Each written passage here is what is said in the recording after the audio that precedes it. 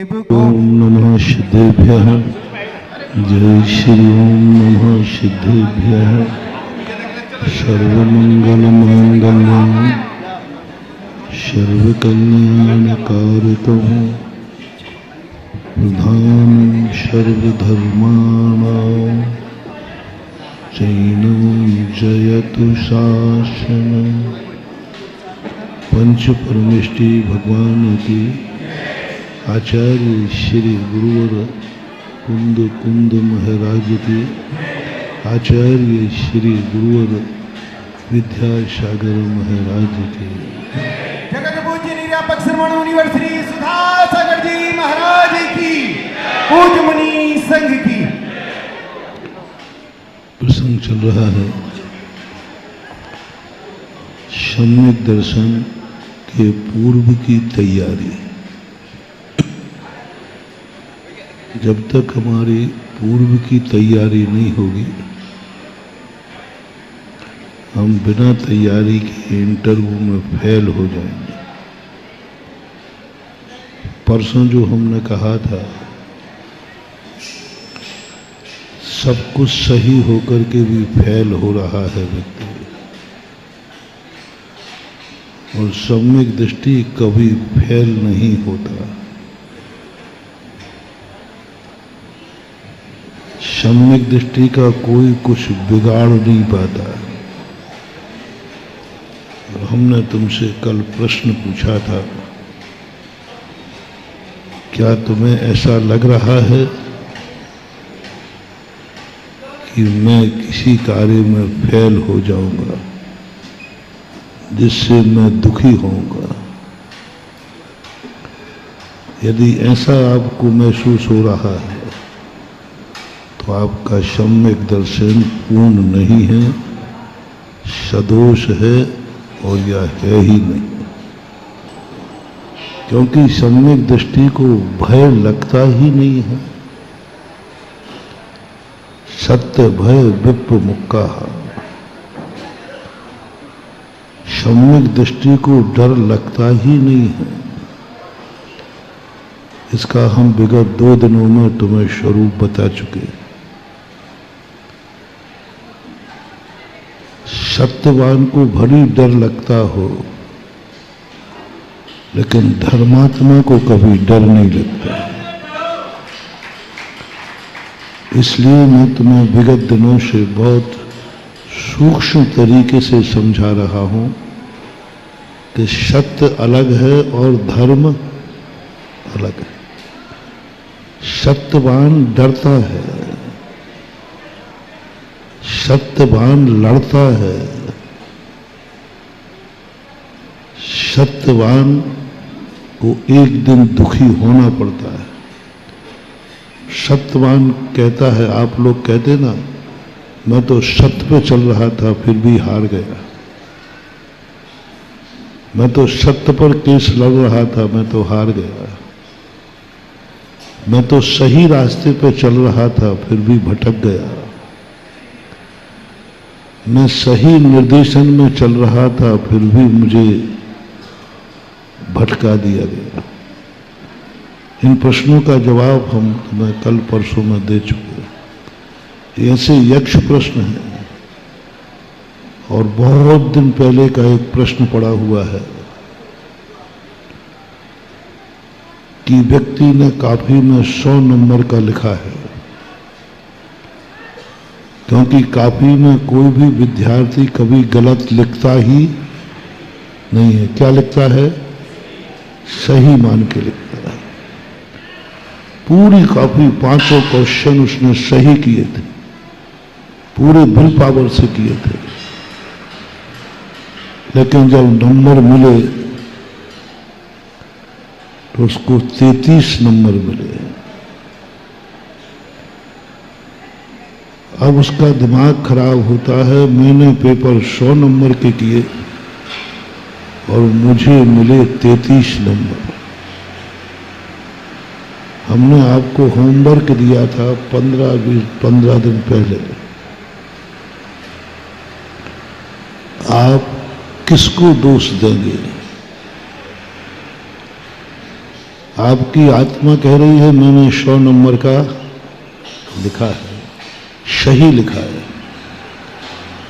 प्रमाण पत्र कह रहा है आपको 33 नंबर मिले हैं। एक आध नंबर का घोटाला नहीं है, 67 नंबर का घोटाला है, 67। एक आध नंबर का घोटाला हो तो व्यक्ति सहन, 67 नंबर का घोटाला है। आप किसको दोष देंगे? फर्स्ट एंड फर्स्ट सभी लोग शेयर करें।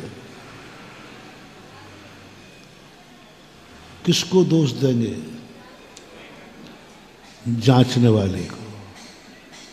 जांचने वाले ने ठीक नहीं जांचा, वो पक्का है वो हमसे दुश्मनी रखता था मास्टर, क्योंकि हमने उसकी कोचिंग नहीं पढ़ी। पॉइंट आ गया ना? ठीक, हमने उसकी ट्यूशन नहीं पढ़ी, इसलिए उसने आपका शक झूठा नहीं, क्योंकि बेईमान मास्टर ऐसा करते पाए गए। जिनको जांचने के लिए काफ़ी मिले तो जिन्होंने कोचिंग की है उनको अच्छे नंबर दे देते, और जिन्होंने नहीं की है उनके चलाकर नंबर, जिससे अगली बार में कोचिंग करने वालों की संख्या, ये बेईमान मास्टर की बात कह रहा हूँ। तुम्हारा शक बिल्कुल है, क्योंकि कई मास्टरों में बेईमान मास्टर भी, लेकिन मैं अच्छे नंबर अच्छे मास्टर की बात कर रहा हूँ, अच्छे नंबर मास्टर की बात कर रहा हूँ। चलो मैं बनता हूँ तुम्हारा मास्टर, मैं जांचता हूँ तुम्हारी काफी। अब आप किसको दोष देंगे? तुम्हारी आत्मा से पूछो तुमने कितने नंबर का लिखा था?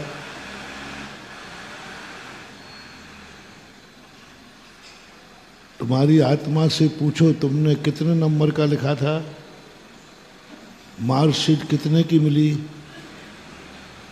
तो अब तुम तुरंत जल्दी आरोप नहीं लगाएं। भाई इनको थोड़ा कहें कि थोड़ा ठीक रहें कमेटी वाले, या तो आगे पीछे कर लें या फिर थोड़ा सा आवाज़ कम कर लें, या उधर जाके कर लें, और या उनका भी काम जरूरी है। तो आप जल्दी आरोप न लगाएं, पहले पता करें कि जांचने वाला कौन है। जैन दर्शन का सबसे बड़ा सूत्र है, तुम्हें दवाई क्या दी गई है ये मत सोचे, दवाई किसने दी है इस पर विचार करें। दवाई तो कड़वी है, दवाई तो जहर है, इसलिए जहर देखकर फेंक मत देना, ये तो जहर दिया जा रहा है। मुझे मारना चाहता, फेंक मत देना तुरंत, बड़ी मुश्किल से मिला है जहर तुम्हें देने के लिए। पहली बात तो जहर मिलना मुश्किल है, मिल जाए तो खाने वाला मिलना मुश्किल है। बड़ी मुश्किल में जहर मिला है, और बड़ी मुश्किल से ऐसा मरीज मिला है जिस मरीज में आप हो, और आपके हाथ में जहर आके उस पर लिखा था इस पर जहर तुमने उठा के फेंक दिया, मर जाओगे। नीति कहती है, धर्मशास्त्र कहते हैं, सत्य नहीं। सत्य तो कहता है ये जहर है और जहर मारता है। सत्य क्या है? ये जहर है और जहर, ये सत्य है। और यदि तुम सत्यवान होगे तो देखते ही जहर फेंक दोगे, तुम्हारी जिंदगी खत्म हो जाएगी, क्योंकि एक ही खुराक जहर था, मर जाओगे। इसलिए सत्य है कि वो जहर है, और जहर मारता है ये भी सत्य है, लेकिन अब सत्य के बीच में धर्म लाओ। अब धर्म हटता है, धर्म सत्य को असत्य सिद्ध करेगा। ये जहर किसने दिया है? कुंद कुंद भगवान समय सार जी में कहते हैं, ये जहर किसने दिया है? जय विस्मु भुजंतो बेजो पुरुषो न मरण मुबे आदि। ये जहर वैद्य ने दिया है। वैद्य ने जहर दिया, जो वैद्य बिल्कुल ईमानदार है, सुषेण वैद्य जैसा वैद्य है। दुनिया में यदि कोई ईमानदार वैद्य हुआ है तो उसका नाम है रावण का वैद्य। रावण भली कितना भी निकृष्ट था, लेकिन रावण का सम्मान बढ़ाया है। रावण नीतिज्ञ था, इसलिए उसका वैद्य कितना बड़ा विश्वास किया रामचंद्र जी ने। कितना ईमानदार था सुषेण वैद्य, अपने दुश्मन को जिंदा रहने की दवाई बता रहा है। उसके राजा ने बड़ी मुश्किल में 16-17 दिन में लक्ष्मण को धराशायी कर पाया। लक्ष्मण को धराशायी करने में लंका के कितने सैनिक शहीद हो गए। रावण को पसीना आ गया, और उसी को जिंदा करने की दवाई कौन बता रहा है? उसी का वैद्य। चौथा काल सुनना महानुभाव। चौथे काल में हिंसाएं बहुत थी, पाप बहुत थे, पापी भी बहुत थे, लेकिन धर्म भी जिंदा था। इतनी खून की नदियां बहाने वाले लोग कल्याण कर गए, और तुम एक मच्छर को मार दो तो तुम्हारी दुर्गति हो जाए।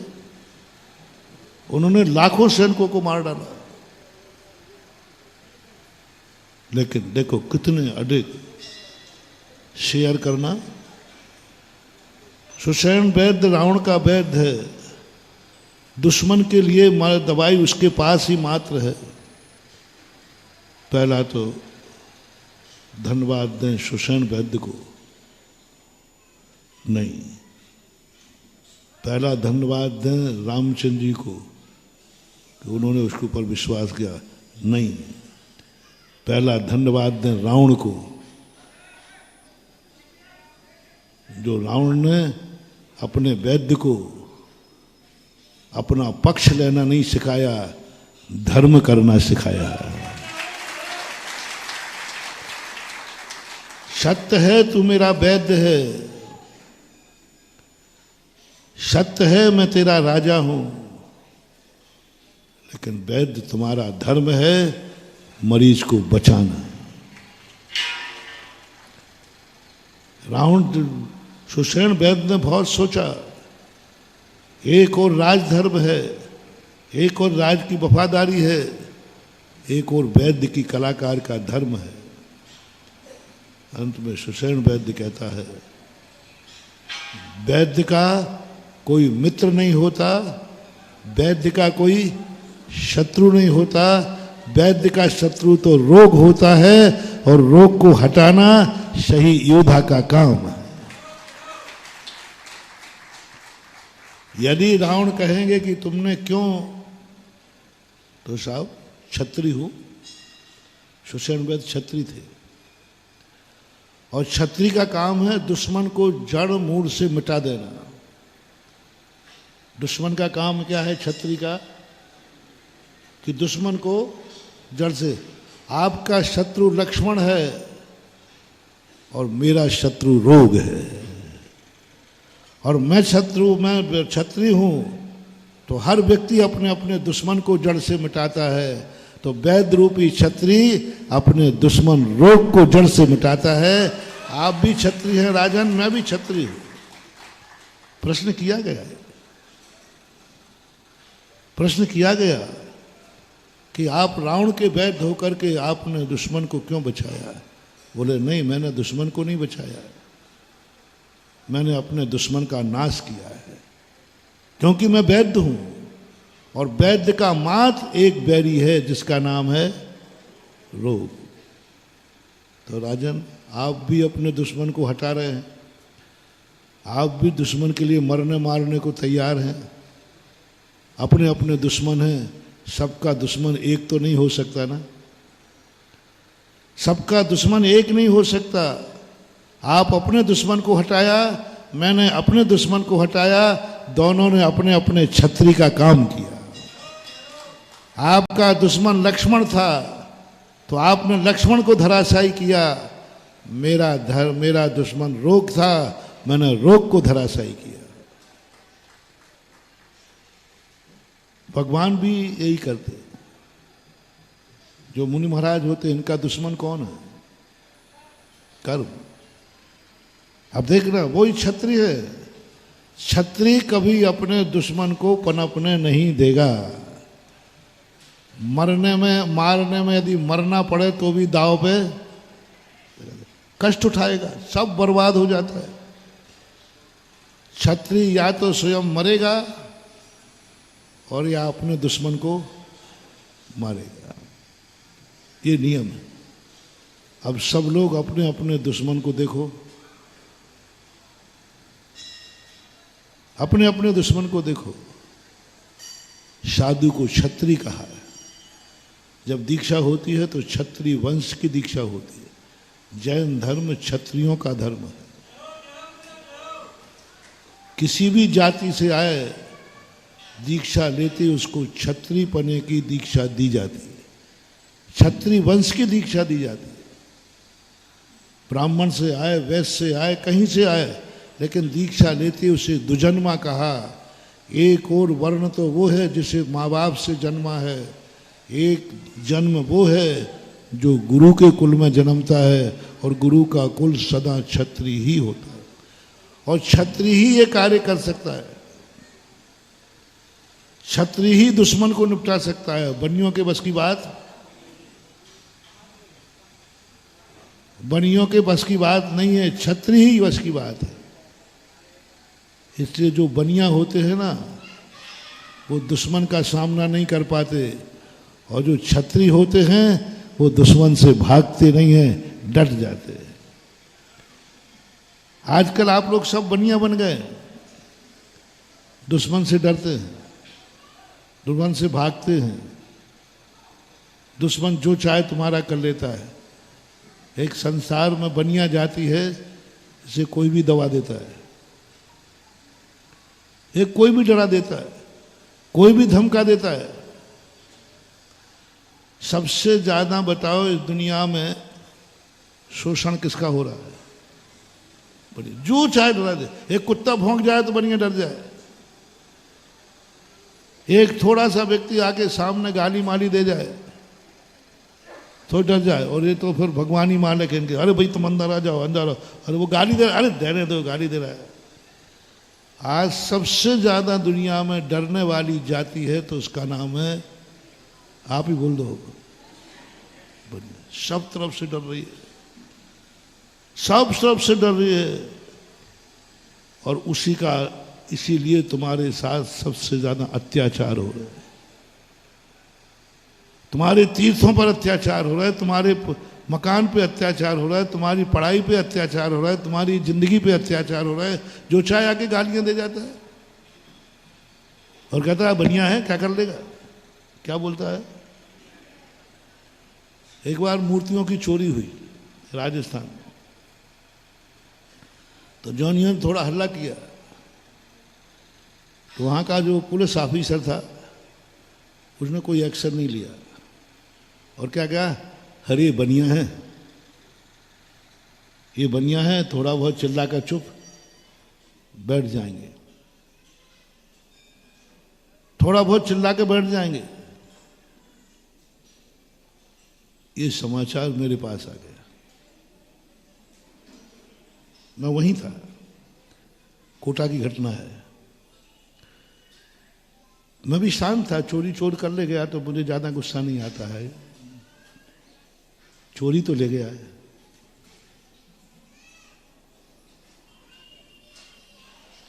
वो चोर कितना परेशान हो गया, कि उसे भगवान को भी चुराना पड़ा। हम साधु लोग बहुत ऊंची किताब है। चोर को इतनी परेशानी थी, इतना परेशान रहा होगा कि उसे भगवान को भी चुराना पड़ा। और जो भगवान को चुरा ले गया उसके लिए बहुत, हम गलत नहीं कहते। वो एक आता ना कन्हैया के ने, काग के भाग बड़े सजनी हरि हाथ से ले गयो माखन रोटी। कौए को भाग्यवान कहा। काग के बड़ भाग हैं। सखी कहती है देख इस कौए के कितने बड़े भाग हैं। हरि हाथ से ले गयो माखन रोटी। हरि यानी कृष्ण के हाथ से वो मक्खन की रोटी चुरा ले गया। उसे चोर नहीं कहा, उसकी निंदा नहीं की कवि ने।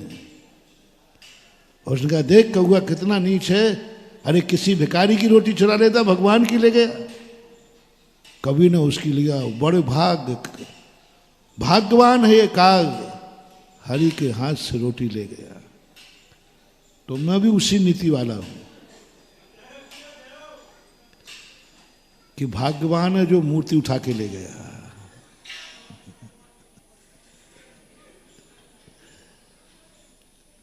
ले गया बेचारा, ठीक है कोई बात नहीं। ज्यादा मैं एक्शन नहीं लेता हूं। एक्शन मूर्ति चोरी पर मैं 3 दिन हो गए थे, मैंने कोई एक्शन नहीं लिया, कोई प्रवचन नहीं दिया। मैंने कहा ठीक है आप लोग प्रयास करो, मिल जाए तो अच्छा है, मिल जाए तो अच्छा है। कमाऊ पूत जाने वाले धन पर गम नहीं करता, क्योंकि वो कमा के जानता है।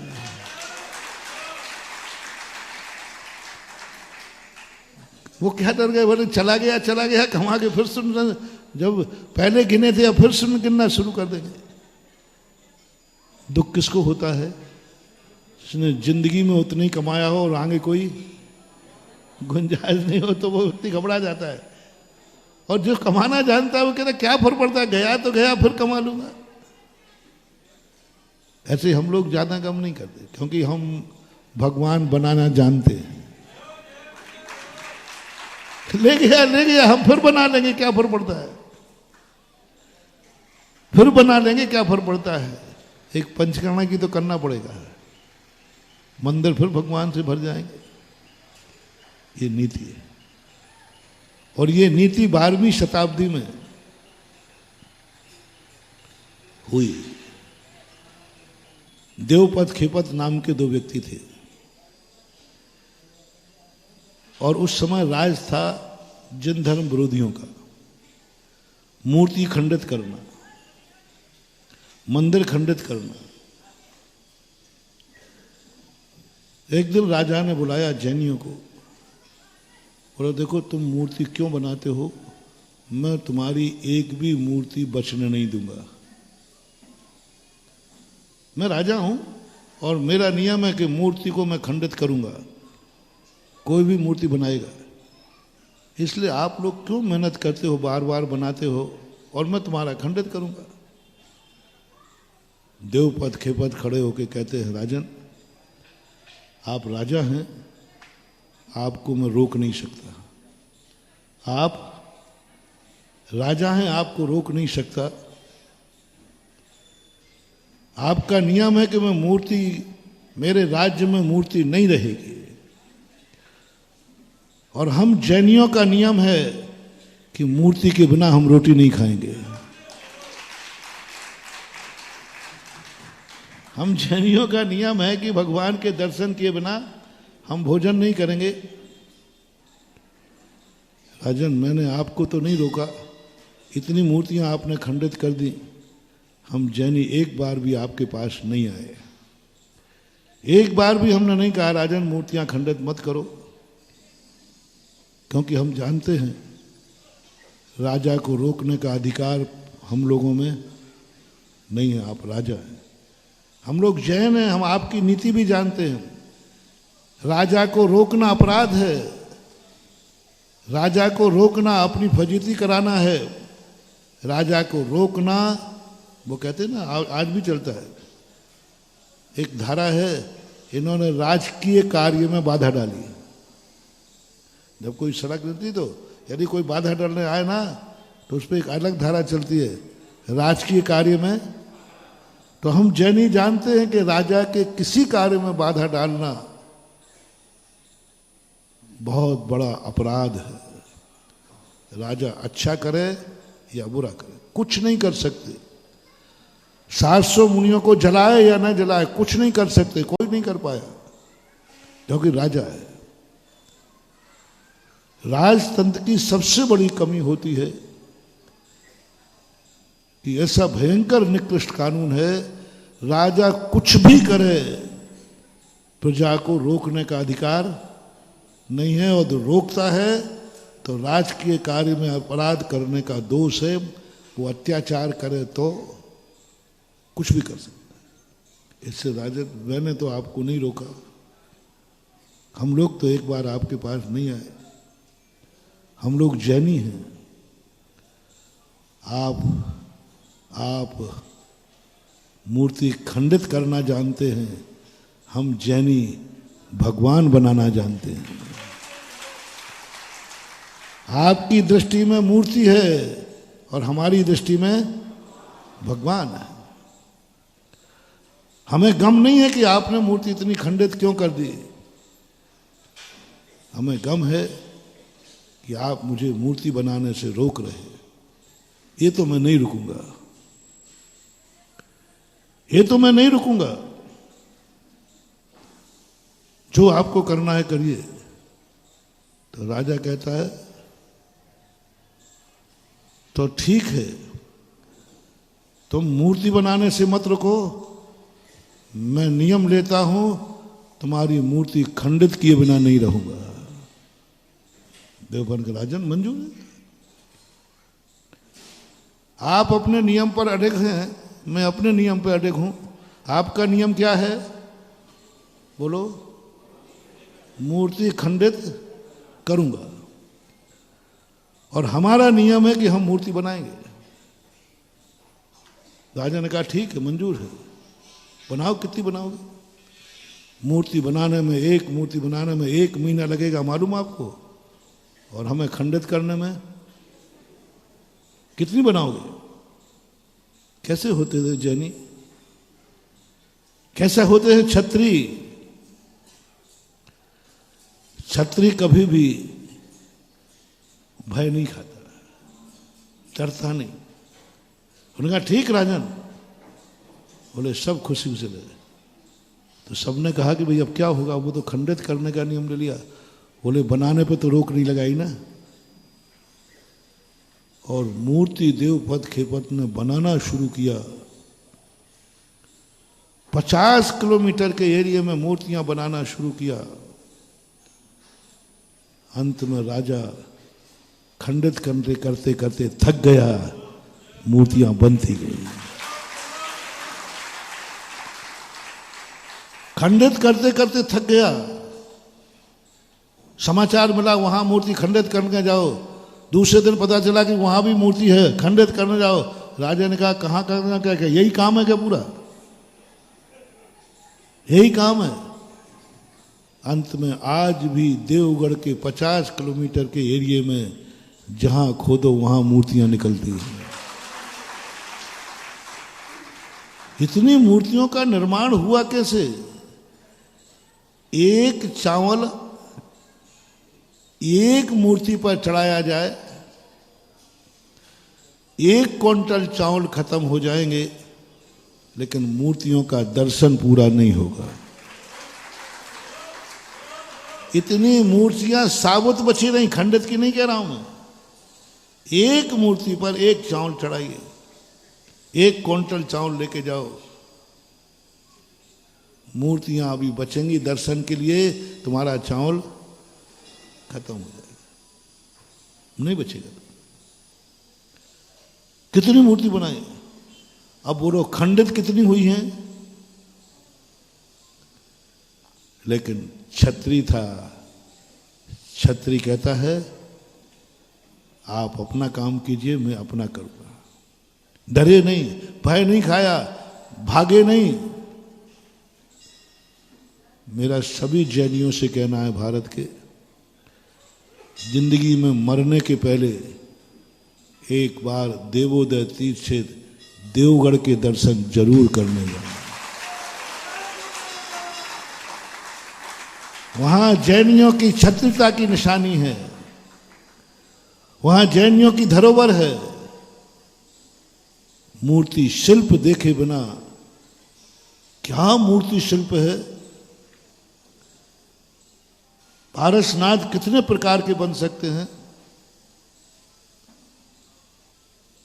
मुझे 2 महीने लगे, 500 मूर्तियों को विराजमान। पारसनाथ इतने प्रकार के, छोटे पारसनाथ अलग, मझले पारसनाथ अलग और बड़े पारसनाथ अलग और एक भी मूर्ति का मैचिंग नहीं कर रहा है। कैसे उनको व्यवस्थित किया वो कहानी नहीं बता रहा हूं, अभी इतिहास की कहानी बता रहा हूं। जरूर एक बार जैसे बने तैसे जैन कुल में जन्म लेकर और भारतवर्ष में रहकर यदि तुम देवगढ़ के दर्शन नहीं कर पाए तो शायद तुम्हारा इस कुल में, इस युग में जन्म ना अधूरा रहेगा। देख के आओ, खंडित मूर्तियां भी देख के आओ और साबुत भी देख के आओ। खंडित भी देखो किस तरीके से संहार किया गया मूर्तियों का, लाइन लगी है। ये तो कम है, इससे कई गुनी अभी जमीन के अंदर है। आर्कोलॉजी डिपार्टमेंट के अंतर्गत खुदाई करेंगे तो खुदाई करने को फायदा है। एक इंद्रध्वज महामंडल विधान की वेदी बनना थी, अब उसके लिए क्या 2 फुट खोदा जाता है। 2 फुट खुदाई कर रहे थे, उधर से मिस्त्री आया, बोले महाराज मूर्ति निकली 5 फुट की नेमिनाथ भगवान की साबुत मूर्ति। जहां खुद वहां मूर्तियां बड़ी बड़ी, जंगलों में 50 किलोमीटर का लगभग एरिया था। देव गढ़े जाते थे, उसका नाम देवगढ़ हो गया। और एकमात्र संकल्प की शक्ति तुम करिए, ऐसे बचा है ये धर्म, इन बनियों से नहीं बचा है। मूर्ति चोरी चली गई सो रोने बैठ गए, थोड़ी देर रो लो और फिर उससे ज्यादा दूनी मूर्ति बन लो। उन्होंने चुनौती दी थी राजा के लिए, हम चुनौती देते हैं चोरों के लिए। थक जाओगे रे, कितनी चोरी करोगे, थक जाओगे। इसलिए जैनी कभी ज्यादा लड़ता नहीं है। जैनियों के मंदिर छीन लिए गए, छीने के नहीं, जैनियों की मूर्तियां छीन ली गई। जितना जैनियों के मंदिर, जैनियों की मूर्ति छीनी है, इतना किसी दूसरे संप्रदाय की मूर्ति और मंदिर छीनते तो खून खराब हो जाता है। किसी भी संप्रदाय के मंदिर और मूर्तियां छीन ली गई, हमारे मंदिर छीन लिए गए हमारे, फिर भी जैनी ने कुछ नहीं किया, फिर भी जैनी ने कुछ नहीं किया, शांत बैठ गए, बोले ही नहीं, कुछ भी नहीं बोले। आप सबको मालूम, इतना यदि दूसरे संप्रदाय का होता तो सोचो क्या होता, खून खराबा हो जाता। मां जैनी ने एक ही बात सोची, कोई बात नहीं, कोई बात नहीं, तुम ले जाओ, हम भगवान बनाना जानते हैं। मंदिर छोड़ दिए, हम दूसरा बना लेंगे, हम लड़ेंगे नहीं, हम मरेंगे नहीं, हम मारेंगे नहीं, हम क्या करेंगे, दूसरा बना ले। हम मंदिर छोड़कर दूसरा बनाने बैठ जाते हैं। कितनी कर लेना महानुभाव, मंदिर तोड़ने वाला कभी जीत नहीं सकता, जीतेगा तो मंदिर बनाने वाला। हमारे इतने मंदिर तोड़े गए, इतने मंदिर तोड़े गए, फिर भी आज भारत में सबसे ज्यादा जैनियों के मंदिर हैं। तोड़े गए, सबसे ज्यादा तोड़े, सबसे ज्यादा मूर्तियां खंडित की गई जैनियों की। फिर भी आज भारत में खुदाई में किनकी मूर्ति निकलती है? फिर भी निकलती है। हम छोड़ देते, चलो रहने दो, अपन दोबारा बना लेंगे। एक चोर था, शायद कहीं सुनाया होगा, आपको सुना भी होगा।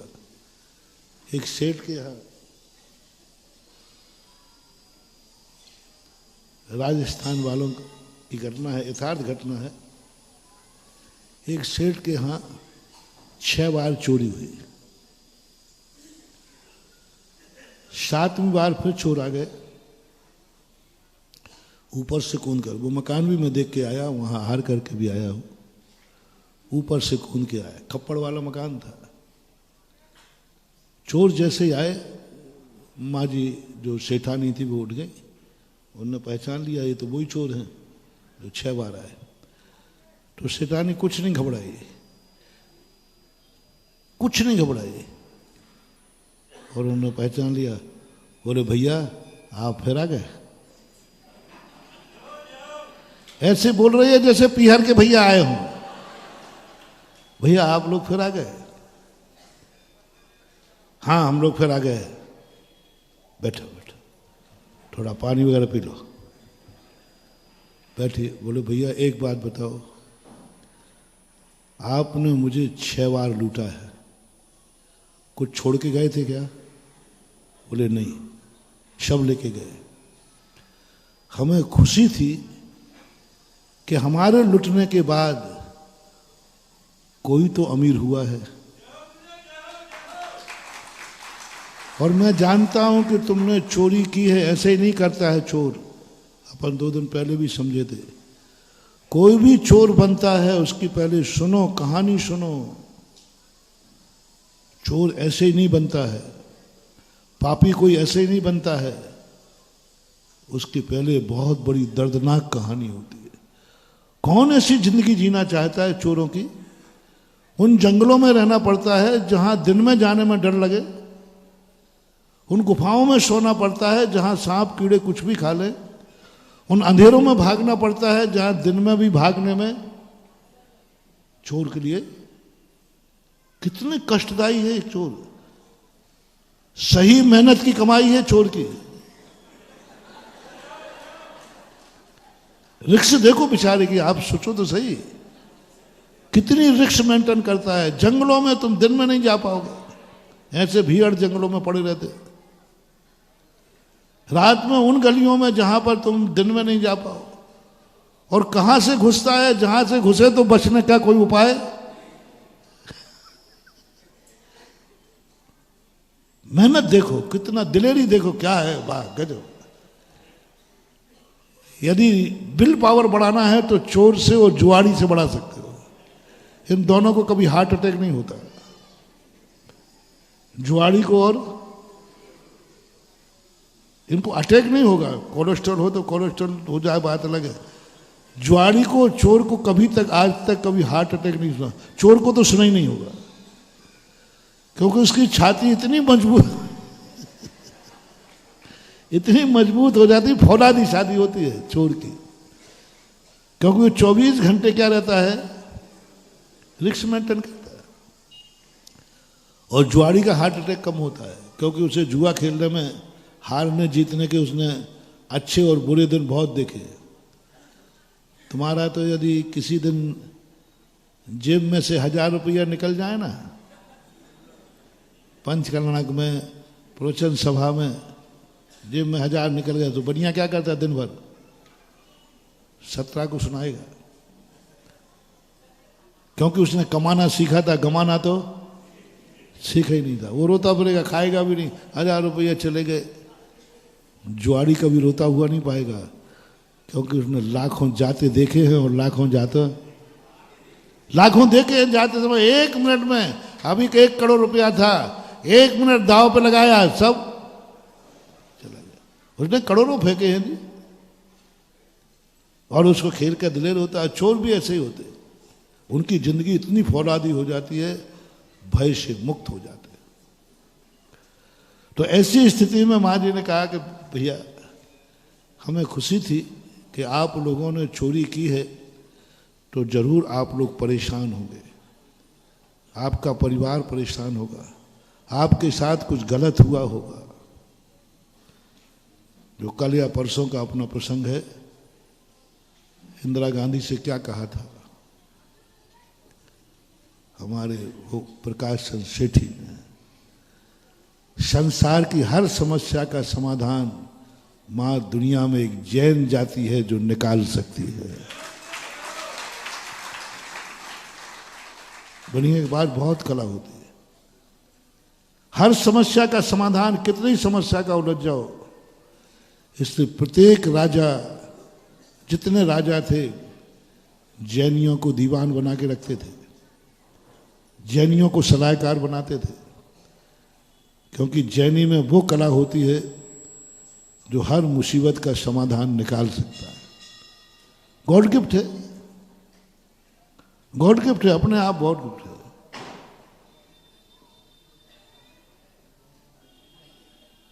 एक बार बादशाह ने बीरबल से पूछा कि सबसे बुद्धिमान जाति कौन है?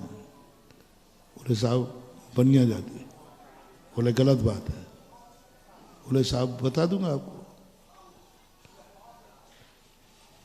सबको बता दूंगा कि सबसे ज्यादा होशियार जाति वो होती है। बोले साहब बता दीजिए। बोले साहब आप चुपचाप बैठोगे, एक तस्तरी में चने रख लिए, चने, और सब जातियों वालों को बुलाया। बीरबल पूछा ये क्या है? तो सब ने क्या बोला? चने हैं साहब, चने हैं साहब, चने हैं साहब, सब बोल गए। अब बनिया को बुलाया, वो भी सागर का था।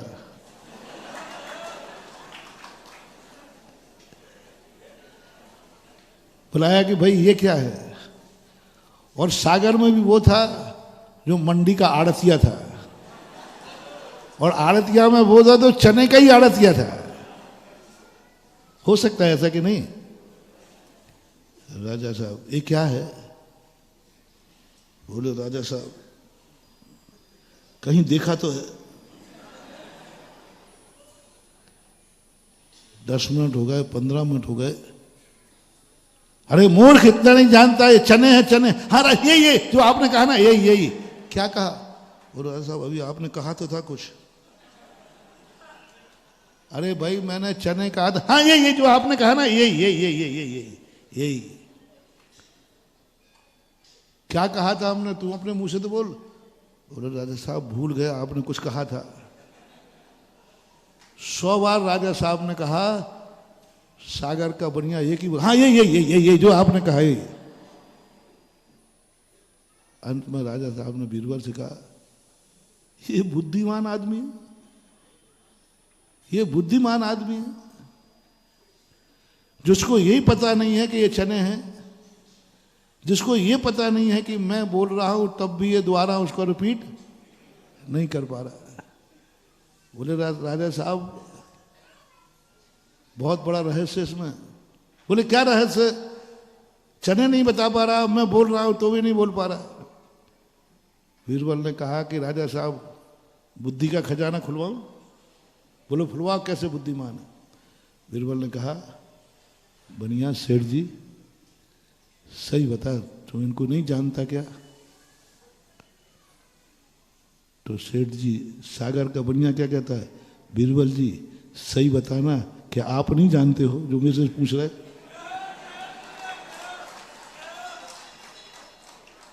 जो आप नहीं जानते जो मेरे से पूछ रहे हो?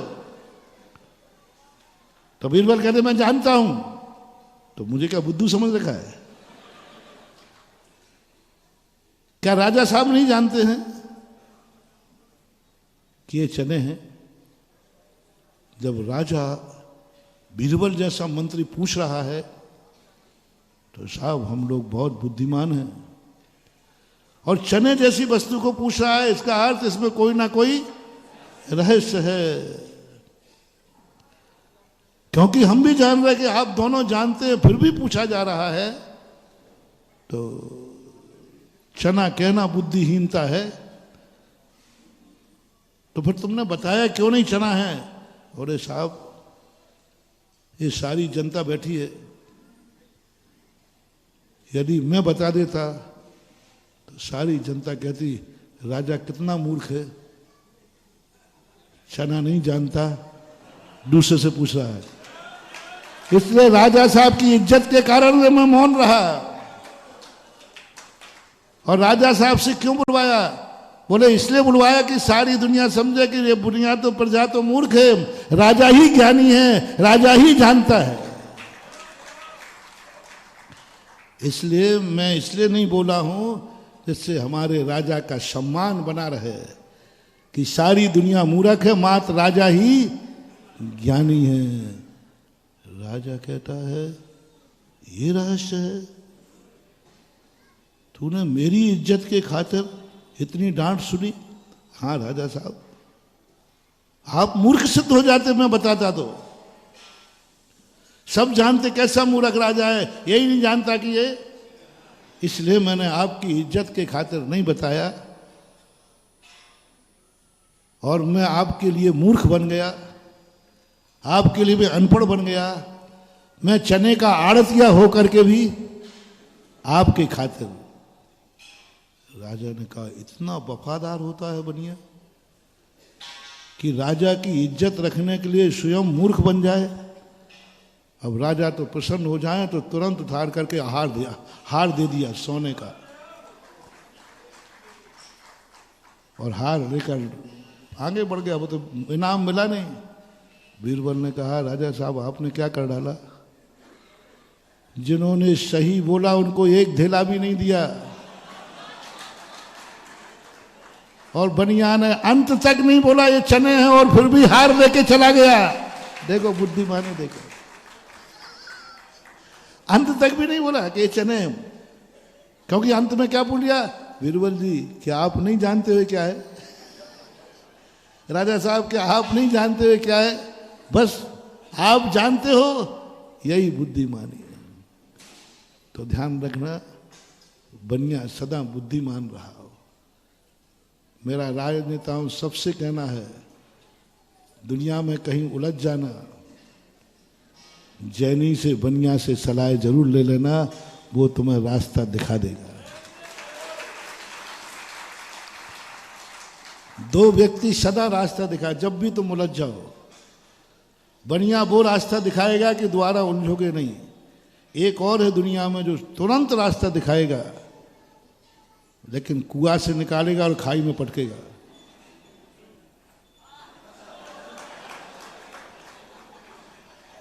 ये चाणक्य की नीति है। कितने भी उलझन में उलझ जाओ, महिला से सलाह ले लेना। कैसी भी उलझन में उलझ जाना, महानुभाव करके देख लेना, महिला से सलाह ले लेना, वह तुम्हें उस समस्या से नियम से निकाल देगी। ये गॉड गिफ्ट है इनको, और गलत बोल रहा हूं तो आप कर लेना। तुम्हें बचा लेगी कैसे भी, लेकिन सावधान रहना, कुएं से निकाल कर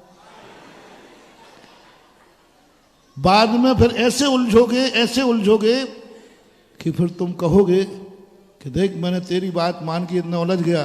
तो जवाब क्या होगा? तुम मूर्ख हो जो औरतों की बातें मानते हो। तुम्हारी खुद की पत्नी पहले तो मान ली और निकल आए, और निकलने के बाद और उल्टे फंस जाओगे।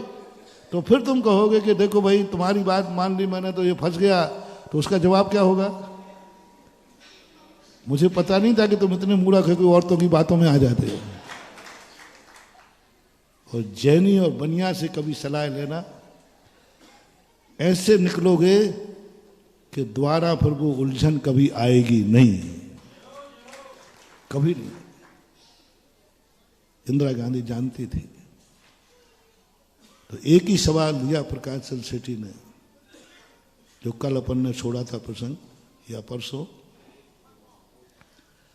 पापी को पाप करते देख करके तुरंत निर्णय मत कर लेना कि ये पापी है। डाकू को देखकर तुरंत मत कह देना कि ये डाकू है।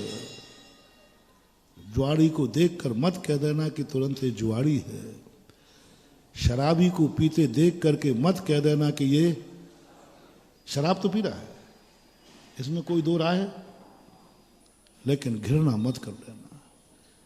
इसी सूत्र को लेकर के बना है, घृणा पाप से करो पापी से। ये सूत्र सदा ध्यान रखना, बहुत बड़ा मोटिवेशन है ये। घृणा पाप से करो, घृणा शराब से करो, शराबी से नहीं। घृणा चोरी से करो, चोर से नहीं। घृणा जुआ से करो, जुआड़ी से नहीं। घृणा हिंसा से करो, हिंसक से नहीं।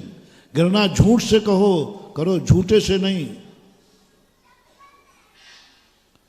परिग्रह से घृणा करो, परिग्रहवान से नहीं। व्यभिचार से घृणा करो, व्यभिचारी से नहीं। कभी कभी सुनो, प्रकाश चंद्र सेठी ने कहा, एक बार सारे डाकुओं की सुनी जाए। बोले डाकुओं की सुनी जाए, पागल हो गए क्या? नहीं, उनकी सुनी जाए। बोले डाकू क्या अपनी बात कहेगा, क्या कहेगा? वो तो अपराधी है, अपने बचाव का पक्ष करेगा और क्या करेगा? उन्होंने कहा नहीं, हम जैनी हैं, हमारे जैन शास्त्रों में पापी को मौका दिया जाता है और कानून में दिया जाता है। कानून में कहा था ना मैंने, अदालत में सारे सबूत सिद्ध होने के बाद अंत में मजिस्ट्रेट अपराधी से पूछता है, आपको अपनी सफाई में कुछ कहना है? कहा जाता है कि नहीं? कहा जाता, नियम से कहा जाएगा। फांसी के पहले पूछा जाता है, तुम्हारी कोई अंतिम इच्छा? सेठी ने भरी सभा में कहा था कि एक बार उनकी सुनवाई की जाए, उनकी मजबूरी समझी जाए, उनको सुना जाए कि वो डाकू क्यों बने, क्यों जिंदगी में इतनी रिस्क ले रहे हैं, क्यों इतने जीवों को मार रहे हैं, क्यों हथेली में मौत को लेकर चल रहे हैं, कभी भी मर सकते हैं वो। ऐसे भीड़ जंगलों में, चंबल की घाटियों में पड़े रहते हैं, दिन में लोगों के दिल कांपते हैं। सेठी जी ने कहा, ऐसे ही नहीं है, आप एक बार सुनवाई का मौका दो, एक बार उनको कहने का मौका दो। इंदिरा गांधी थोड़ी समझदार थी, क्योंकि वो बहुत समझदार थी। जब एक बार 3 दिन गोमटेश बाहुबली के इधर संसद चल रही थी, उधर वो 3 दिन का समय निकाल करके वहां आके 3 दिन पड़ी रही।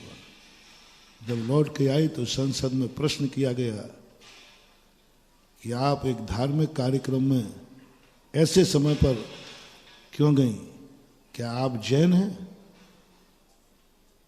इंदिरा गांधी ने बड़ी संसद में कहा था, यदि राष्ट्र को शांति चाहते हो तो हर व्यक्ति को जैन बनना पड़ेगा, जैन बनना पड़ेगा, उसके बिना शांति नहीं आ सकती। मैं ही जैन नहीं हूं, दुनिया को चाहिए तो जैन। डॉक्टर शंकर दयाल शर्मा राष्ट्रपति ने भी, जब ज्ञान सागर महाराज का उनको शायद भेंट किया गया, उसके संबंध में उन्होंने शब्द बोले कि यदि सारा मुल्क महावीर स्वामी के सिद्धांतों को संप्रदाय का लेवल हटा दे, जैन लेवल हटा दे और उन्हें अपनी आत्मा से स्वीकार कर ले, तो विश्व की हर समस्या का समाधान महावीर की वाणी में है।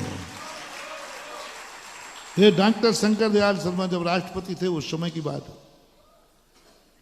विश्व की हर समस्या सुलझ जाएगी। महावीर की वाणी को मां जैन वाणी ना कह करके महावीर की वाणी को जनवाणी मान लिया जाए, जैन वाणी ना मानी जाए तो जैन के भगवान है, ये तो जैन की वाणी है। नहीं, जनवाणी है, जन जन के कल्याण की वाणी है। तो विश्व की ऐसी कोई समस्या नहीं है जो महावीर की वाणी से नस लड़ सके। और है जैन दर्शन का स्यादवाद, जैन दर्शन का अनेकांतवाद, जैन दर्शन का सत्य से परे धर्म। दुनिया के हर फिलॉसफर सत्य पर जाके विराम हो जाता है। मां दुनिया का जैन दर्शन है जो सत्य से आगे धर्म की ध्वजा फहराता है। जितने भी फिलॉसफर हैं सब कहां कहते हैं? सत्य मिल गया, सत्य पा लिया, विराम, अंतिम मंजिल है। सत्य से ज्यादा दौड़ किसी भी विचारक की नहीं है। हर व्यक्ति सत्य की खोज में लगा है, हर व्यक्ति सत्य की खोज में लगा है। हर सुधारवादी, हर दार्शनिक, हमने विज्ञान की बात कही थी, विज्ञान सत्य की खोज में लगा है। असत्य को नहीं कह रहा हूं, सत्य की खोज में लगा है और हर व्यक्ति सत्य की खोज रहा है। लेकिन जैन दर्शन कहता है मुझे सत्य नहीं खोजना है, मुझे धर्म खोजना है। धर्म सत्य से बहुत ऊंचा होता है। सारी दुनिया के विचार जहां खत्म होते हैं वहां जैन धर्म शुरू होता है, क्योंकि यह धर्म को लेकर चलता है। सत्य से कोई लेना देना नहीं जैन दर्शन का। जो मैंने उदाहरण दिया था, किसी ने पूछा महाराज, सत्य महावृत्ति से पूछा, विश्वास के साथ पूछा, क्या यहां से गाय गई है? सत्य क्या है? कसाई पूछ रहा है, सत्य क्या है? गाय गई है कि नहीं? धर्म क्या है? सत्य क्या है? गाय गई है। और धर्म क्या है? गाय। बोलो, मैं क्या बोलूं? सत्य महावृत्ति हूं। और साधु झूठ बोलना लगे तो दुनिया में फिर कौन है? सत्य है, गाय गई है, यही सत्य है। और धर्म कहता है नहीं। बोलो, गाय नहीं गई। बोलो, सत्य बड़ा कि धर्म?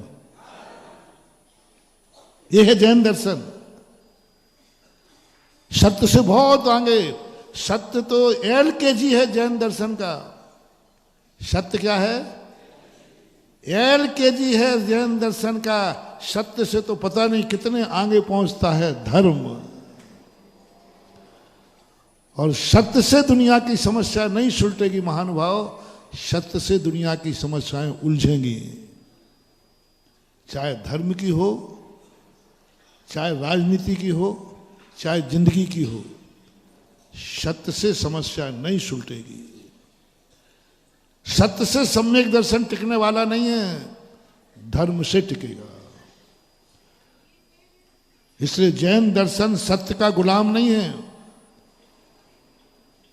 सत्य का मोहताज नहीं है। जैन धर्म धर्म है। इसलिए अनेकांत सत्य नहीं है, अनेकांत धर्म। बहुत बड़ी बात है। पूज्यवर समंत्र भद्र महाराज ने स्वयंभू स्त्रोत में सत्य की चर्चा नहीं की, धर्म की चर्चा की।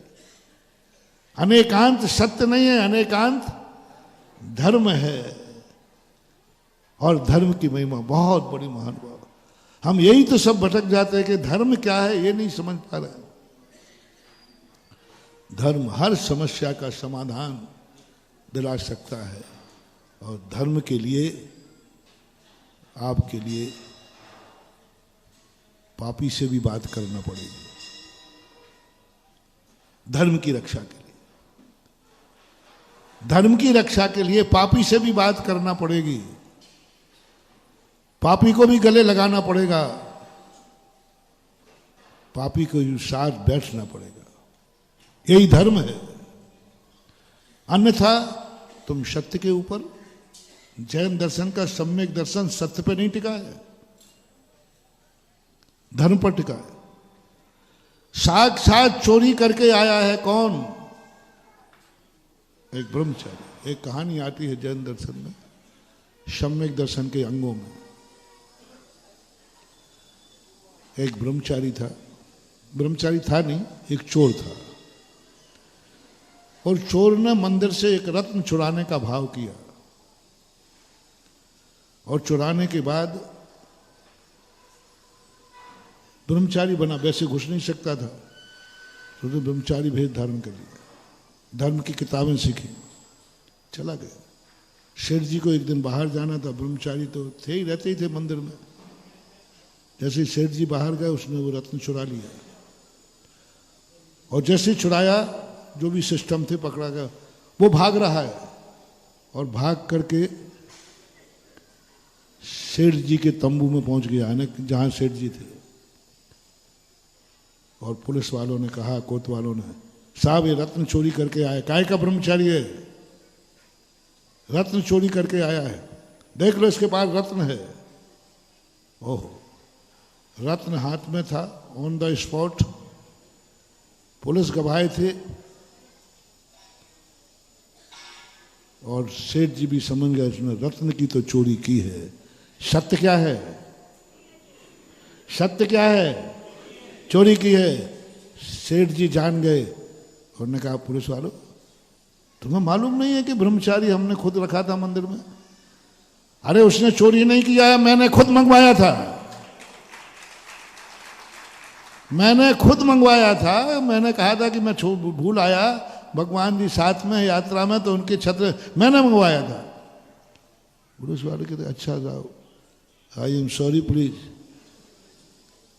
पुलिस वाले क्षमा मांग रहे, और उस ब्रह्मचारी भैया, चोर अभी क्या कह रहे थे, और अब क्या, ब्रह्मचारी भैया क्षमा करना, सेठ जी से ज्यादा शिकायत मत कर दे। लो साहब, चोर क्या बन गया? चोर क्या बन गया? ब्रह्मचारी भैया बन गया, और साक्षात चोर है, सबकी दृष्टि से चोर है। सत्य क्या है? चोर है। झूठ क्या है?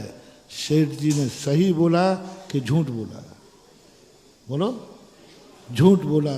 फिर ऐसे झूठे की कहानी समंतभद्र महाराज ने क्यों लिखी?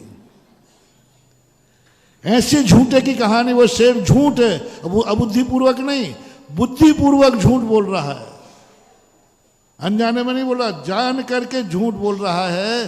तो क्या ऐसी झूठे की कहानी शास्त्र में आना चाहिए? ऐसी झूठे की कहानी से सम्यक दर्शन की रक्षा होना चाहिए?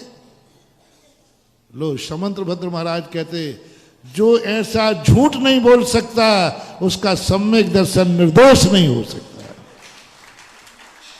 जो ऐसा सत्य बोलेगा उसका सम्यक दर्शन मलिन हो जाएगा। गजब है।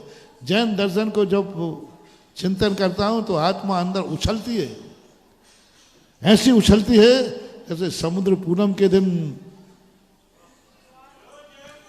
उछलता है। ऐसा जब चिंतन जब आता है, क्या है जैन, ऐसा उछलता है, आनंद ही आनंद, बहुत आनंद। क्या गजब की बात कह दी।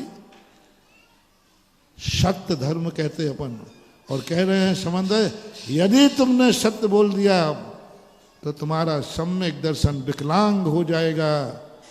नहीं मंत्रोक्षरन नीनो निहंती नागहीनम मलम छेतुम संततिम जन्म संतति, ऐसा कुछ आया ना, एक अंग भी कम हो जाएगा। और ये अंग किस पर आधारित है? सत्य पे के झूठ पे? सत्य बोले तो सम्यक दर्शन विकलांग, और झूठ बोले तो सम्यक दर्शन। तो जैन दर्शन का मोक्ष मार्ग किस पे टिका है? सत्य पे नहीं। मोल महल की प्रथम सीढ़ी सम्यक दर्शन, यावन ज्ञान चरित्र। ज्ञान और चरित्र भी बेकार हैं झूठे के बल पर, झूठे के बल पर। क्या गजब की चीज उन्होंने कही, साक्षात झूठ बोल रहे। सम्यक दर्शन बच गया, सत्य से कितने आगे निकल गया। क्या सोचा? सेठ जी ने शायद जिंदगी में कभी झूठ नहीं बोला होगा, सत्य अणुव्रतधारी रहे होंगे, कभी जिंदगी में झूठ नहीं बोला होगा, कितने संकट आ गए होंगे, लेकिन आज झूठ बोल रहे हैं। मात्र किसके लिए?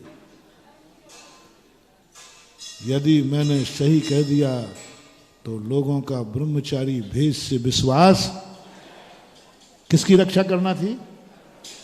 धर्म उठ जाएगा, धर्म से विश्वास उठ जाएगा, सारी सज्जनता साधुता बदनाम हो जाएगी। साधु सत्यवादी नहीं होता, साधु धर्मात्मा होता है। एक लौकिक कहानी भी तुमने पढ़ी होगी, साधु सत्यवादी नहीं होता, साधु धर्मात्मा होता है। एक आपने बहुत पुरानी कहानी पढ़ी होगी बाबा भारती की, डाकू खड़क सिंह। संक्षेप में करता हूं। बाबा भारती का घोड़ा चुराना था तो कभी उनके कुटिया में प्रवेश नहीं कर पाया, क्योंकि कुटिया साधना से भरी थी, चोर के पैर कांपते थे। उनकी कुटिया में बड़े बड़े महलों के ताले तोड़ने वाला डाकू खड़क सिंह एक घास की झोपड़ी में चोरी नहीं कर पाया, क्योंकि वहां पवित्र बनना है। फॉर एग्जाम्पल, आपका बच्चा मंदिर में लघु शंका कर ले तो आप कांप जाते हो कि नहीं? आत्मा तुरंत एकदम, अरे क्या हो गया, अनर्थ हो गया, रोते हुए प्रायश्चित करते। वही बच्चा तुम्हारे घर में तुम्हारी गोदी में लघु शंका कर ले तो क्यों, क्या बात हो गई? वो भी मकान, ये भी मकान, वो भी मिस्त्री ने बनाया, ये भी मिस्त्री ने बनाया, यहां क्यों आत्मा कांप गई और वहां क्यों नहीं कांपी? क्योंकि यहां पर बहुमत पवित्र वर्णाओं का है। यहां वर्णाएं, पवित्र वर्णाएं मंदिर में भरी हैं, पूजा की, अभिषेक की, जो आता पवित्र वर्णाएं। पवित्र वर्णाओं में जब भी तुम थोड़ा गलत करोगे तो वे सब घेर कर तुम्हें करेंगे, सावधान ये मंदिर है। मंदिर में आपके बुरे भाव हो जाए तो आप कांप जाते हो, और वही सड़क पे हो जाए तो नहीं कांपो, क्योंकि मंदिर में कौन कचोट रहा है? ये मंदिर है, पवित्र आत्मा सामने बैठी है, मंदिर पवित्र वर्णाओं से भरा है, वहां हर पापी की आत्मा कांपती है, थोड़ी बहुत भी गुंजाइश है तो। और संसार में वहां सब पाप वर्णाएं हैं। घर में माला नहीं फिर सकती, क्योंकि वहां पाप वर्णाएं, राग द्वेष की वर्णाएं ज्यादा हैं। आप फेर के देखना, एक माला आप घर में फेरना, एक माला मंदिर में फेरना, और एक माला सम्मेश शिखर की पारसनाथ टोंक पे फेरना। अंतर देखना कितना आता है, बहुत अंतर आ जाएगा, बहुत अंतर आ जाएगा। डाकू प्रवेश नहीं कर पाया। उसने प्लानिंग बनाई कि जब बाबा घूमने जाता है उस समय इसका घोड़ा, और वैसे छीन नहीं सकता। साधु की सबसे बड़ी कमजोरी है धर्म, साधु की सबसे बड़ी कमजोरी है सज्जनता, साधु की सबसे बड़ी कमजोरी है करुणा, साधु की सबसे बड़ी कमजोरी है वात्सल्य, साधु की सबसे बड़ी कमजोरी है कि अपने जैसा वो सारी दुनिया को मानता है। ये कमजोरी कहलाती है। और वहां जाकर के उन्होंने अपाहिज बन के बैठ गया, और बैठने के बाद जो कहानी आपको मालूम, बाबा जी उतर गए, उसको बैठाल दिया, उसने एड़ मारी और भाग गया। बाबा भारती को घोड़े जाने का गम नहीं था,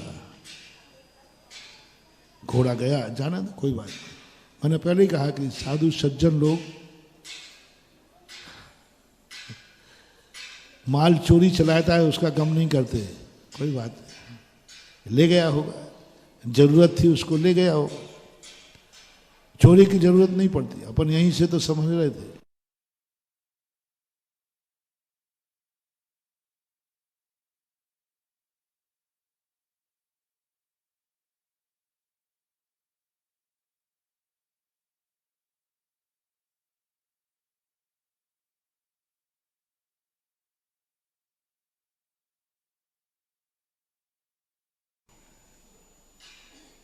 हम भक्तों से द्वारा चढ़वा देते हैं,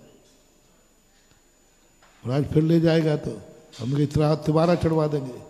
मैं आपसे पूछता हूं, एक बार आपने छत्र चढ़ाया, चोर ले गया, दूसरा चढ़ाया, तीसरा चढ़ाया, तो आपको एक बार का पुण्य लगेगा कि 3 बार का? थोड़ा जोर से बोलो। और यदि वो नहीं ले जाता तो कितने बार चढ़ाते? तो एक बार चोर को जय जयनंद कर लो ना। यदि वो नहीं ले जाता तो तुम्हें कितना समय कितना लगता है? एक बार का एक व्यक्ति को लगता है। और वो ले गया तो अपन भगवान को बिना छत्र के तो देख नहीं पाएंगे।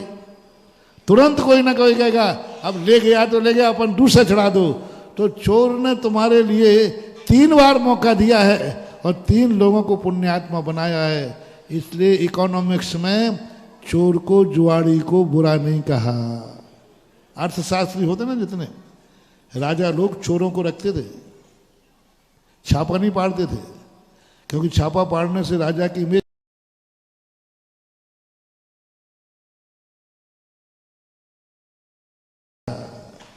अर्थशास्त्र का एक अंतिम सिद्धांत है, राजा चोरों को और जुआड़ियों को 2 को रखता है, इनके माध्यम से करता है वो। तो आप लोग, इसलिए हम लोग साधु थोड़ा बहुत विशाल सोचते हैं। कोई बात नहीं, उसने मंदिर पे कब्जा कर लिया, हमारा मंदिर चला गया। एक मुनिराज ने हड़ताल नहीं की, एक मुनिराज अनशन पर नहीं बैठे। तुम तो बैठे ही नहीं हो, तुम थोड़े बहुत बैठ भी रहे, क्यों नहीं बैठे? अभी मंदिर ले गया, किसी सेठ ने बनाया था, उसको तो पुण्य लग ही गया। अब ये ले जाएगा, एक सेठ को नया मंदिर बनाने का मौका मिलेगा, दूसरा बना लेगा, दूसरी मूर्ति बैठा लेगा। हमारे आचार्य ने एक बार ऐसे ही संबोधन दिया था, बोले कोई बात नहीं, कोई बात नहीं, अभी पंचकर्णक होगा, दूसरी बैठा। तो घोड़ा जाने का गम नहीं था उनको। अंत में क्या बोलते हैं, खड़ग सिंह रुक जाओ। बोले घोड़ा नहीं दूंगा, बोले घोड़ा नहीं चाहिए। साधु पुरुष उस वस्तु को रखते ही नहीं है जिस पर चोर की नियत हो। वसुनंदी महाराज मूलाचार के अंदर कहते हैं, साधु को वह वस्तु नहीं रखना चाहिए जिस पर चोर की नियत हो। साधु के पास ऐसी वस्तु है जिसको चोरी करने का भाव आ रहा है, तो साधु के लिए दोष कहा है। ऐसी वस्तु रखो ही मत जिसमें चोरी का भाव आवे। और मेरे घोड़े पर तेरी चोरी के भाव आया है, मुझे मालूम होता तो मैं घोड़े का त्याग कर देता। फिर क्या बात है? बस एक नियम ले लो खड़ग सिंह, किसी से मत कहना कि मैंने घोड़ा अपाहिज बन के चुराया है। डाकू खड़ग सिंह कहता, बाबा जी आप झूठ बोलना सिखा रहे हो? साधु तो सत्य बोलना सिखाता है, आप झूठ बोलना सिखा रहे हो।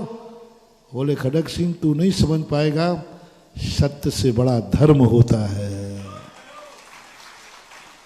सत्य है कि तूने अपाहिज बन के सुनाया, लेकिन मैं सत्यवादी नहीं हूं, मैं धर्मवादी हूं। साधु धर्मात्मा होता है और कल्याण धर्म से होता है। पूजा सत्य की नहीं धर्म की होती है। सुन रहे हो ना? पूजा सत्य की नहीं धर्म की होती है। साधु सत्य नहीं धर्मात्मा होता है। कल्याण सत्य से नहीं धर्म से होता है। मोक्ष मार्ग सत्य से नहीं धर्म से चलता है। सत्य LKG है और धर्म संपूर्ण पढ़ाई है और उपलब्धि। बस डाकू समझ नहीं पाया। आप झूठ बोलना सिखा रहे हो साधु होकर के। डाकू तू नहीं समझ पाएगा, तो बस एक वचन दे दे, बस घोड़ा नहीं लूंगा। डाकू ने कहा क्या फर्क होता है? पर बाबा जी बताओ क्यों आप इतना झूठ बोल रहे हो, सिखा रहे हो? बोले मुझे अपने घोड़े की चिंता नहीं है, मुझे चिंता है आज के बाद दुनिया अपाहिजों पर विश्वास करना छोड़ देगी। अपाहिजों पर दया मत करो।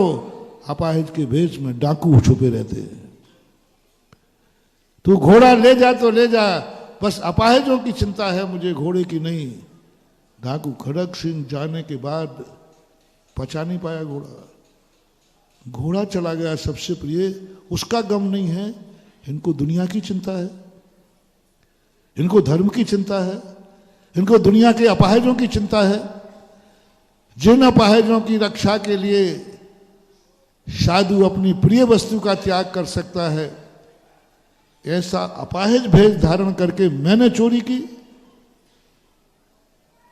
कुछ दिन ही हुए डाकू खड़क सिंह घोड़ा को अस्तबल में बांध करके रात में चला गया। किसकी महिमा है ये?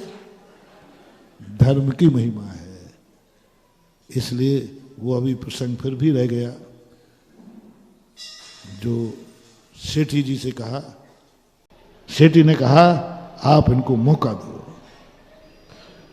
इसलिए मैं सम्यक दर्शन होने के पहले, तुम्हें सुखी बनाने के पहले पाप से और पापियों से बात कराना चाहता हूं, पापियों को और पाप को समझाना चाहता हूं, पापियों को और पाप को समझाना चाहता हूं, क्योंकि पापी और पाप को समझे बिना तुम धर्म पुण्य और पुण्यात्मा को समझोगे, धोखा खा जाओगे। इसलिए क्षयोपशम लब्धि के अंतर्गत पाप से बात करो, पाप को समझो, पापियों को समझो। जो पाप और पापियों को नहीं समझता है वो कभी धर्मात्मा हो ही नहीं सकता। तब कहा, इंदिरा गांधी ने मान लिया, वो थोड़ी समझदार थी। उसने कहा जैनी बोल रहा है। जैनी बोला, होम मिनिस्टर थे उस समय वो। बोले ठीक है सेठी जी, डाकुओं से बात करने के लिए आपको सौंपता हूं। वो जानती थी कि निपटा देगा, यही निपटेगा, जो बोले सो उन्हीं को बना दिया। बोले साहब मुझे छूट मिलेगी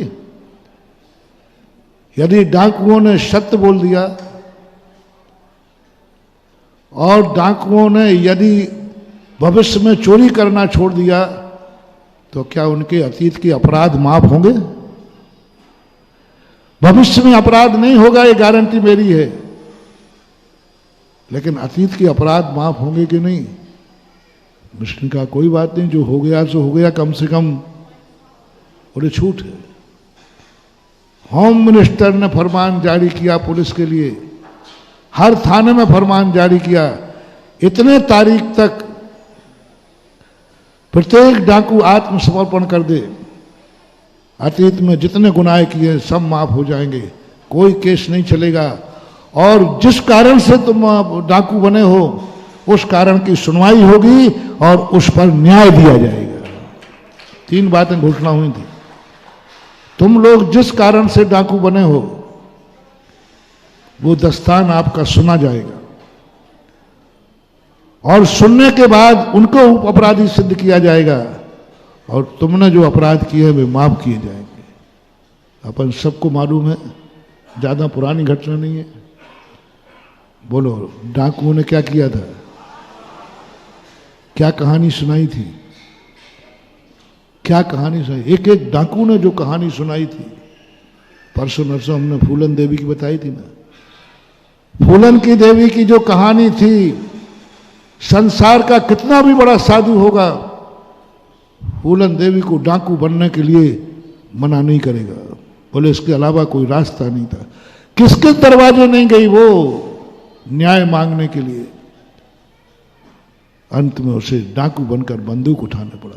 पिक्चरों में भी कई बार ऐसा देखा जाता है। ईमानदार के ऊपर इतने अत्याचार हो जाते हैं कि उसको बेईमान बनना पड़ा। इतने अत्याचार, कोई न्याय ही नहीं करने को तैयार। जो सजा उन 16 आदमियों को इतने अत्याचार किए थे, कानून को सजा देना थी, जब कानून ने सजा नहीं दी तो जिसके साथ अत्याचार हुए थे उसने सजा दे दी। क्या गुनाह कर दिया, क्या गुनाह कर दिया? एक एक डाकू की जो कहानियां निकली थी, अभी समय नहीं है, हर व्यक्ति की एक कहानी थी। पूजा उब्बा की अलग थी, हरि सिंह की अलग थी, मूरत सिंह की अलग थी, मलखान सिंह की अलग थी। ये जो बड़े बड़े डाकू थे, वीरप्पन की अलग थी। वीरप्पन तो अभी हुआ है। जड़ में जाओ, जड़ में जाओ। किसी पापी को देखकर एकदम पापी कहने की अपेक्षा प्यार से बैठाल के सुनो कि तुमने ये पाप क्यों किया। काने से काना कहोगे, काने से काना कहो तुरते ही जय है टूट, धीरे धीरे पूछ लो कि कैसे गई थी फूट। कहने से कहना कहोगे तो वो क्या करेगा? याद है मालूम 8-10 दिन पहले कहने से कहना कहा बेटा तो वो सबकी फुड़वा देगा, एक एक कर देगा। 8-10 दिन पहले मैंने कहानी सुनाई थी, सब उसको कहना कहे तो उसने कहा ऐसे काम चलेगा नहीं। उसने ऐसी प्लानिंग बनाई कि पूरे गांव की सबकी कहना कर दिया। इसलिए कहने से कहना मत कहो, धीरे धीरे पूछ लो कैसे गई थी फूट। इसी प्रकार से जैन दर्शन का जो सम्यक दर्शन है वो अभी किनके बीच में घूम रहा है? मंदिर में नहीं। सम्यक दर्शन प्राप्त करने के पहले मंदिर में नहीं, गुरुओं के पास नहीं, धर्मात्माओं के बीच में नहीं, धर्म की बातें समझने के लिए नहीं। सम्यक दर्शन पाने के पहले वह मुमुक्षु, वह आसन्न भव्य पापियों की बस्ती में गया है, पाप की परिचय कर रहा है, पाप की किताबें पढ़ रहा है, संसार की किताबें पढ़ रहा है, नरक निगोद की किताबें पढ़ रहा है, मोक्ष की नहीं। सम्यक दृष्टि बनना है उसको, और किताब पढ़ रहा है निगोद की, नरक की किताब पढ़ रहा। मोक्ष जाना है, किताब पढ़ रहा है संसार की। निष्कसाई बनना है, किताब पढ़ रहा है कसाई की। निष्पापी बनना है, किताब पढ़ रहा है 5 पापों की। यह क्षयोग समलब्धि का स्वरूप अभी अपना चलेगा। बहुत लंबा विषय है, हो सकता है कि दिवाली तक हम एक लब्धि भी पूरी ना कर पाए। सम्यक दृष्टि बनाने के लिए शायद 5 लब्धियों में 5 चतुर्मास लग जाए, तो भी नहीं कह सकता हूं कि मैं 5 लब्धियों को पूरी कर पाऊंगा।